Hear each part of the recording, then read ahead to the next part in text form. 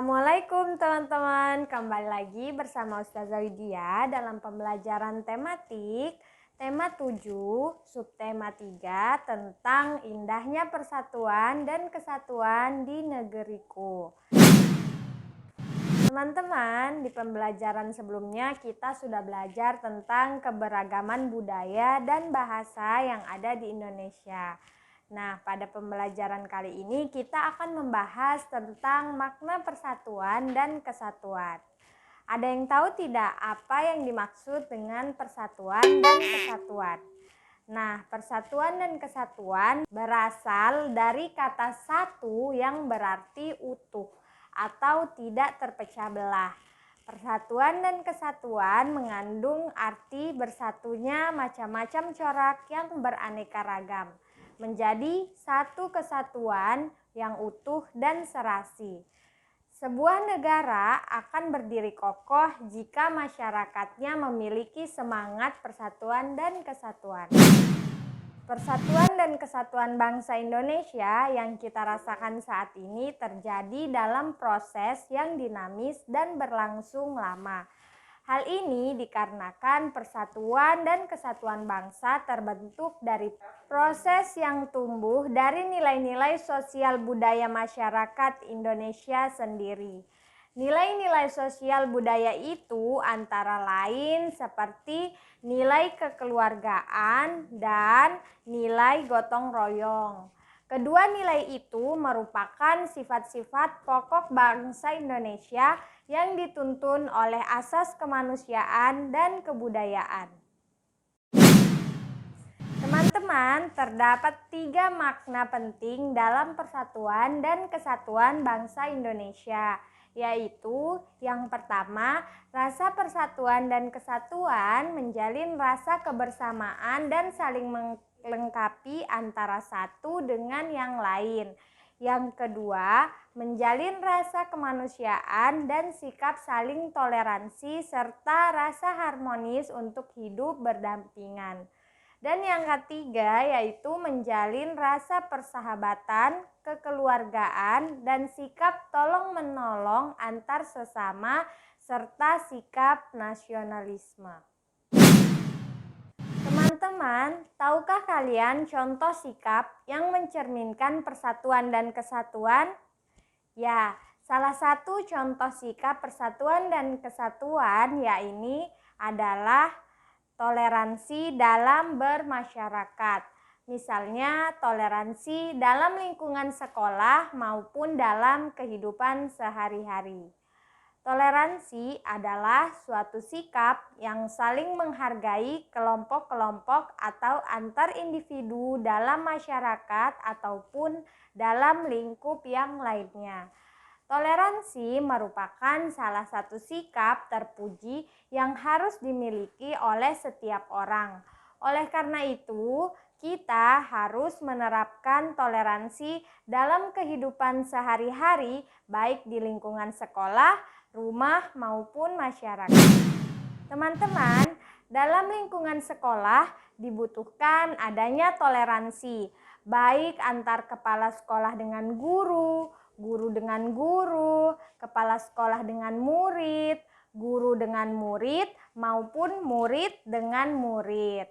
Nah, berikut adalah contoh sikap toleransi di dalam lingkungan sekolah. Yang pertama yaitu mematuhi tata tertib sekolah. Yang kedua, saling menyayangi dan menghormati sesama teman. Yang ketiga, berkata yang sopan kepada guru dan teman. Yang keempat, tidak menyinggung perasaan teman. Dan yang kelima yaitu tidak berbicara saat guru sedang menerangkan pelajaran di depan. Berikutnya kita akan membahas tentang contoh sikap toleransi di lingkungan keluarga. Yang pertama yaitu mendengarkan nasihat kedua orang tua. Yang kedua, membantu ibu membereskan rumah. Yang ketiga, menyediakan makanan saat ada tamu. Dan yang keempat adalah mengurangi volume TV saat keluarga sedang tidur. Nah, teman-teman, selain itu kita juga harus memiliki sikap toleransi di dalam lingkungan masyarakat. Yang pertama yaitu bergaul dengan semua teman tanpa membedakan keyakinannya. Yang kedua yaitu menghargai dan menghormati perayaan hari besar keagamaan umat yang lain. Yang ketiga, kita tidak boleh menghina dan menjelek-jelekan orang lain. Yang keempat, tidak memaksakan kehendak kita kepada orang lain. Dan yang kelima yaitu menjenguk teman yang sedang sakit. Teman-teman, selain kita memiliki keragaman budaya dan bahasa, di Indonesia kita juga memiliki berbagai keragaman usaha perekonomian dan kerajinan daerah di Indonesia. Teman-teman, berikut adalah jenis-jenis usaha perekonomian yang ada di masyarakat Indonesia.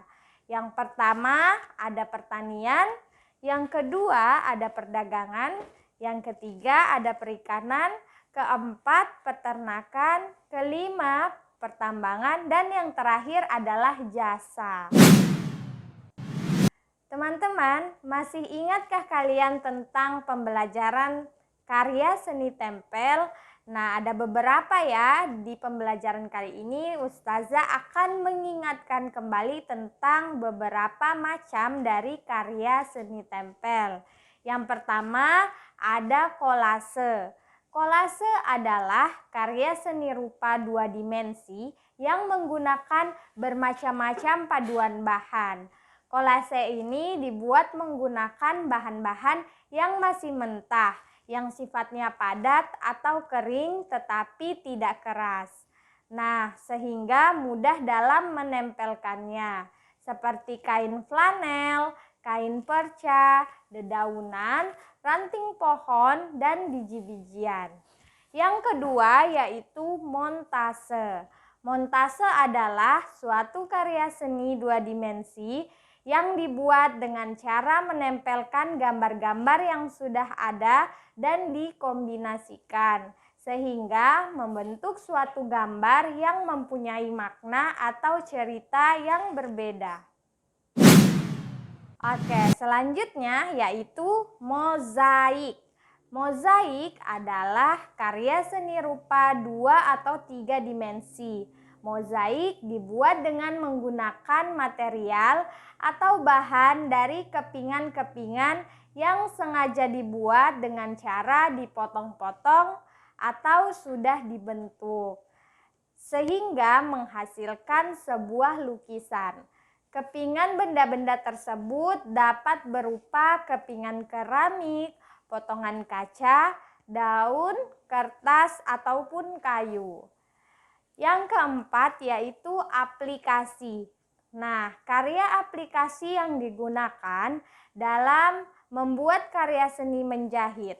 Karya aplikasi ini dibuat dengan menempelkan bermacam-macam hiasan kain yang sudah dibentuk, seperti bunga, bintang, dan sebagainya di kain dasar sebagai hiasannya.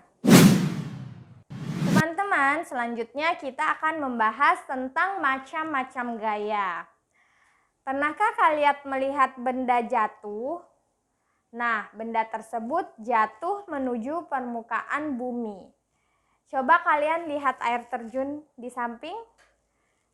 Tahukah kalian apa yang menarik air terjun tersebut menuju ke bawah?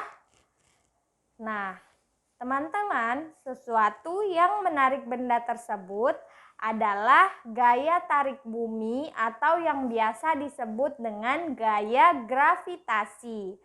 Apakah hanya bumi yang memiliki gaya gravitasi? Tidak. Semua benda di bumi ini yang memiliki massa juga memiliki gaya gravitasi. Dengan demikian, benda-benda yang memiliki massa saling mempengaruhi gravitasinya. Nah, selanjutnya kita akan membahas tentang gaya magnet. Gaya magnet adalah gaya yang ditimbulkan oleh dorongan dan tarikan magnet. Magnet memiliki macam-macam bentuk, yaitu batang, ladam, cincin, bentuk U, keping, dan juga silinder. Teman-teman, yang terakhir kita akan membahas tentang gaya gesek. Gaya gesek adalah gaya yang terjadi akibat dua permukaan benda yang saling bergesekan. Semakin halus permukaan, semakin kecil gaya geseknya. Dan sebaliknya, semakin kasar permukaan, gaya geseknya semakin besar. Contohnya, mobil yang melaju di jalan raya akan mengalami gesekan antara mobil dengan jalan. Teman-teman, dengan mengetahui bahwa di negeri kita Indonesia memiliki banyak keragaman, baik suku bangsa maupun agama, kita harus saling menghargai perbedaan tersebut dan selalu menjaga persatuan dan kesatuan untuk terciptanya kerukunan dan kedamaian di negeri kita Indonesia. Allah Subhanahu wa Ta'ala menciptakan manusia dengan segala bentuk keragaman, seperti yang dijelaskan pada firman Allah Subhanahu wa Ta'ala. Wahai manusia, sesungguhnya kami telah menciptakan kalian menjadi laki-laki dan perempuan. Dan dengan menciptakan manusia berpasang-pasangan, kami telah jadikan kalian berbangsa-bangsa dan bersuku-suku, agar kalian saling mengenal. Sesungguhnya yang paling bertakwa di antara kalian di sisi Allah adalah orang yang paling bertakwa. Dan sesungguhnya Allah Maha Mengetahui dan Maha Teliti. Quran Surah Al-Hujurat ayat ke-13. Mujahid dan mujahidah, sekian pembelajaran kita pada hari ini. Mari sama-sama kita tutup dengan membaca hamdalah dan doa kafaratul majelis. Alhamdulillahirabbil alamin. Subhanakallahumma wa bihamdika asyhadu alla ilaha illa anta astaghfiruka wa atubu ilaik. Wassalamualaikum warahmatullahi wabarakatuh.